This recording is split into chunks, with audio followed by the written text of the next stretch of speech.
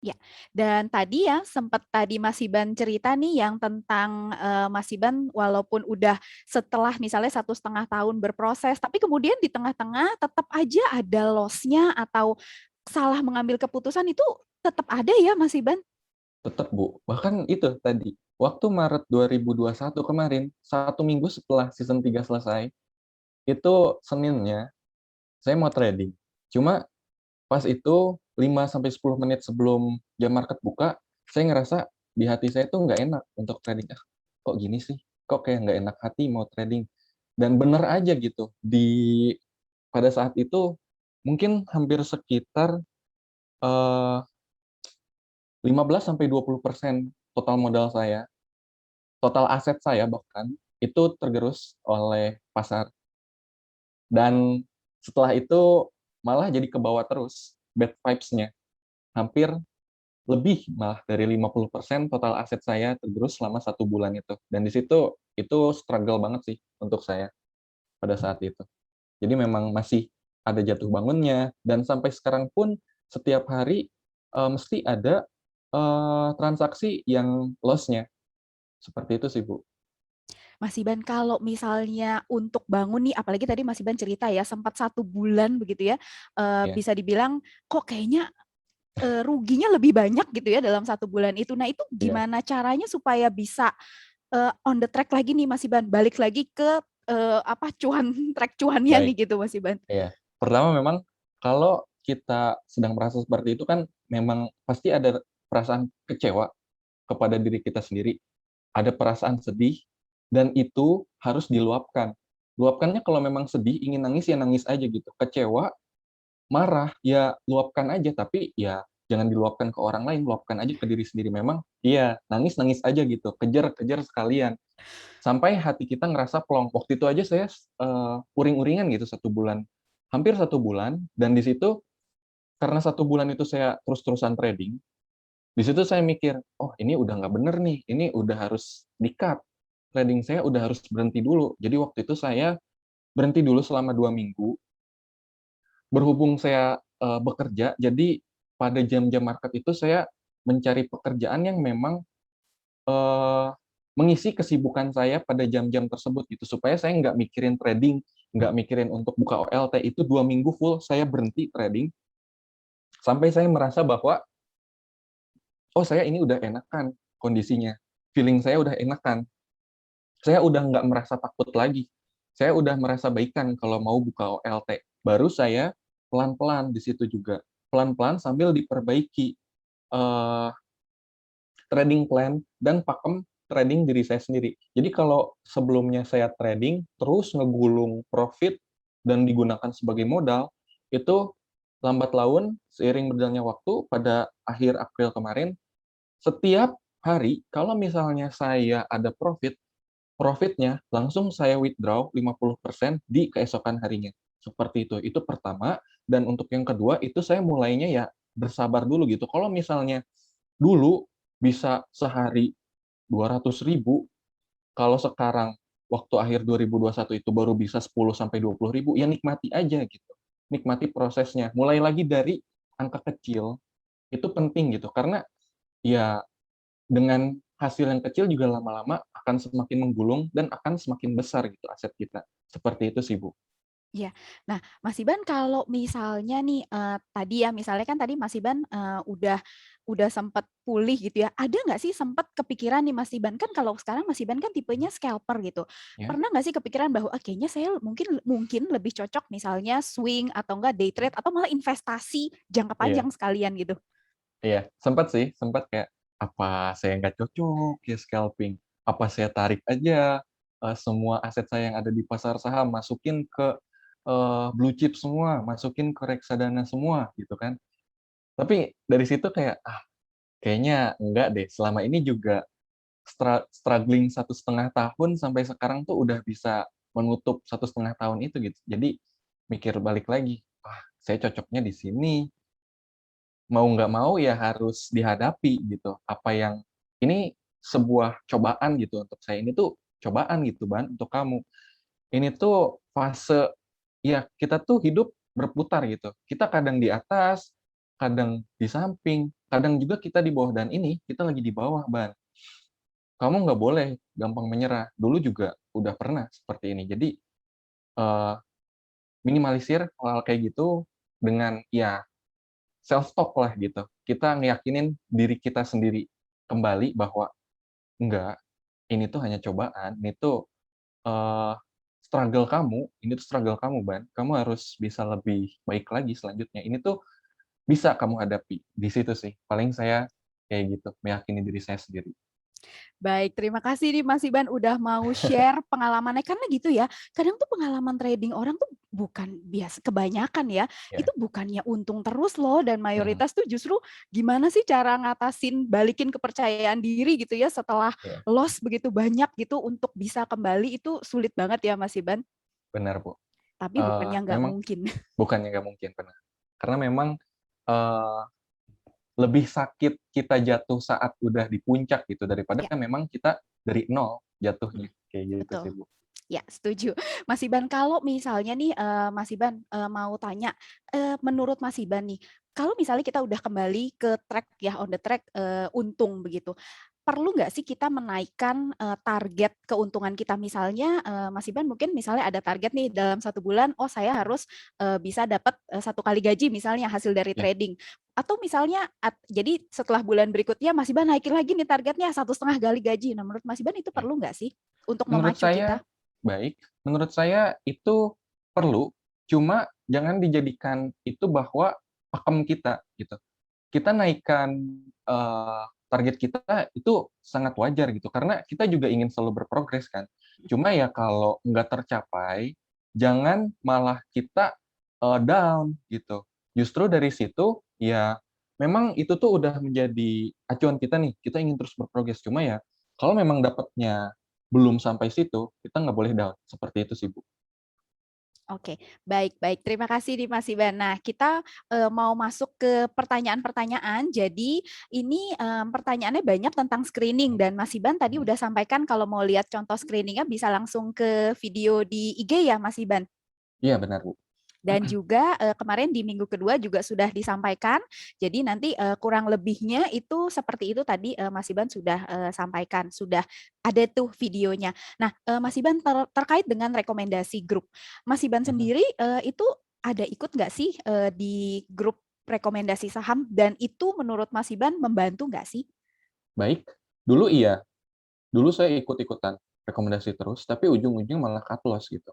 Jadi menurut saya, rekomendasi-rekomendasi dari orang-orang itu merupakan sebuah noise. Jadi itu tuh kalau menurut saya pribadi ini ya, jadi tolong difilter kembali, Mhm.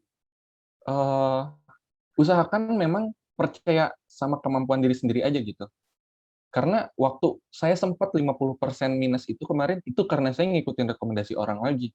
Salahnya saya di situ. Padahal selama season 3 kemarin, itu saya pure bener-bener, dengan, kemampuan saya, dengan analisa saya, dengan watchlist saya, pure seperti itu. Pas saya ikutan rekomendasi lagi, malah jadi cut loss lagi gitu. Jadi menurut saya hindari rekomendasi, baik itu yang baik maupun yang mengarahkan kepada, "Oh, ini saham bakal gocap bakal gocap." Jangan jangan langsung percaya.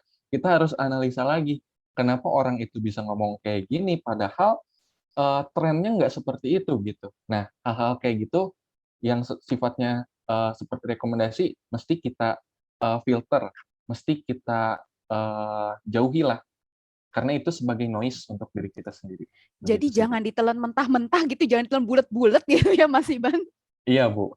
Jadi difilter dulu, digabungkan dengan analisanya, baru kemudian kita bisa ambil keputusan gitu ya Mas Iban? Iya, benar Nah, sekali. Mas Iban kalau menurut Mas Iban sendiri news, nah kalau tadi kan, mungkin, Mhm, ini ya, rumor. Kalau news mhm. sendiri dari sisi Mas Iban sebagai scalper, itu sebenarnya mendukung atau justru menjatuhkan sih? Kalau news-nya baik, itu bisa sebagai katalis, misalnya kayak laba pembukuan suatu saham bla bla bla naik, laba suatu, eee, saham ini naik berapa persen gitu, itu bisa jadi suatu katalis dalam pergerakan harga. Nah, makanya setiap setiap pagi juga saya biasanya, ngecek-ngecek bagian news di Neohots untuk mencari, berita-berita penting yang memang bisa menjadi katalisator, saham-saham yang menjadi watchlist saya pada hari itu gitu. Dan kalau memang di hari itu keluar news dan uh, seiring berjalannya waktu trennya itu berbanding lurus dengan news tersebut, itu biasanya oh oke nih, newsnya berarti mendukung terhadap pergerakan harga seperti itu. Jadi memang news itu cukup penting menurut saya karena itu bisa menjadi katalisator. Oke, baik, baik. Terima kasih Mas Iban. Nah, Mas Iban, karena masih cukup banyak pertanyaan tentang screening, mungkin Baik. eh, saya mau tanya yang lebih spesifik nih Mas Iban. Kan Mm. kalau misalnya Mas Iban screening, yang pertama biasanya akan lihat apa nih Mas Iban? Pertama, saya melihat dulu kenaikan harganya. Di Kenaik menu di menu kalau di NeoHots itu ada di menu top gainers. top gainers, oke. Top gainers, ya. Dari top gainers itu saya filter menjadi ordinary stock. Jadi supaya waran-waran ataupun R itu nggak Nggak muncul ikut kan, ya? Mm-mm. ya nggak ikut. Nah kita cuma tinggal ngelihat memang benar-benar saham-saham yang diperdagangkan saja. Seperti itu, pertama itu. Lalu yang kedua, tinggal filter lagi secara top gainers. Top gainers nanti langsung keluar eh, saham dari kenaikan tertinggi sampai kenaikan terendah itu bakal terlihat. Nah, dari situ tinggal difilter kembali berdasarkan volume transaksi pada hari itu. Nah, biasanya memang saya menjadikan watchlist itu yang volume dan yang kenaikan harga dan volumenya berbanding lurus. Yang kenaikan harganya tinggi dan juga volumenya ikut besar seperti itu. Bukan malah kenaikan harganya tinggi tapi volumenya kecil. Misalnya bedakan saham A kenaikan 25% atau ARA dengan jumlah 1 juta lot dibandingkan dengan saham B kenaikan 25% tapi hanya 500 sampai 1.000 lot saja. Itu berarti yang B ini tidak liquid, kurang liquid. Nah, itu biasanya saya hindari untuk saya transaksikan karena kita bisa aja beli, tapi kita belum tentu bisa ngejualnya. Seperti itu. Itu untuk saham-saham yang naik. Nah, untuk saham-saham yang turun, biasanya saya bisa saya jadikan watchlist juga. Itu saya ngelihatnya dari saham yang ARB terus-menerus. Itu saya ngelihat dari daily candlestick-nya. Dia udah berapa lama turun. Nah, tapi perlu diperhatikan, yang turun ini bisa aja selamanya turun. Gimana biar kita ngefilter kalau yang turun ini bisa naik lagi. Carinya adalah eh, dalam jangka waktu 1 sampai 2 minggu ke belakang. Saham apa yang memang turun terus, tapi dalam 1 sampai 2 minggu ke belakang kemarin dia diarahin terus gitu. Jadi otomatis kemarin-kemarin itu daya belinya masih banyak, cuma memang karena udah naik sekian hari Terlalu arah tinggi terus gitu ya? menerus, iya terlalu tinggi, itu dia diturunkan kan ya wajar gitu karena udah naik ketinggian dia butuh turun juga karena setiap saham itu kan ada siklusnya gitu nggak akan selalu naik pasti ada turun ada sideways-nya gitu. Nah itu carinya dari saham yang memang ARB terus-menerus cuma memang sedang aktif diperdagangkan 1 sampai 2 minggu ke belakang seperti itu. Nah, dari sisi kalau volume nanti Mas Iban kan akan lihat di order book di ini ya Mas Iban di bid offer-nya ya. Iya itu juga Mm-mm. dilihat. Berarti dari sisi harganya sendiri nih Mas Iban ketika memutuskan untuk masuk di harga sekian itu Mhm. pertimbangannya langsung dihajar kanan aja nih Mas Iban atau Hajar kanan masih aja ngelihat langsung. langsung berarti Saya memang langsung hajar langsung. kanan biasa. Tapi Nah, juga saya mm-mm, mempertimbangkan waktu. mm-mm, Jadi misalnya saya kan memang nyamannya menggunakan chart 5 menitan. mm-mm. Nah, di sini saya ngelihat waktu juga. Sekarang udah jam berapa? Misalnya sekarang udah jam 10.41. Nah, di candle 5 menitan, itu dia udah terbentuk candle baru dong. Nah, bagaimana pembentukan candle dan volumenya? Kalau volumenya meningkat pesat daripada candle sebelumnya dan candlenya udah cukup naik 1,5 sampai 2%, itu tanda-tanda dia eh, kurang lebih akan dinaikkan. Seperti itu. Nah, saya biasanya udah wait and see dulu nih. Dengan catatan, saya udah eh, membuat order book sendiri. Jadi order book dari misalnya sekarang harganya 151 di offer, di bidnya 150. Berarti saya udah menyiapkan order pembelian saya di 152. Agar kalau 151 bid habis dan dijaga harganya, itu saya bisa langsung ngambil di 152 dan terus naik. Nah, beda dengan kalau saya ngelihat suatu saham lagi rally 4-5%, tapi udah jam 10.48 dan rally-nya udah dari 10.40. Nah, itu saya udah cukup waspada gitu. Kalaupun mau masuk, saya masuknya benar-benar sedikit. Yang tadinya misalnya 50% modal, saya paling cuma 10-20% aja supaya risikonya itu lebih kecil bisa saya peroleh. Seperti itu sih, Bu. Berarti dari sisi waktu juga penting ya, maksudnya itu juga salah satu faktor untuk pengambilan keputusan ya, Mas Iban? Benar, Bu. Karena saya memperhatikan chart juga kan. Chart itu sebagai support lah bagi saya untuk menentukan apakah saya mesti beli atau tidak. Mm-mm. Nah, Menentukan gimana Mas Iban? ya, gitu, Bu.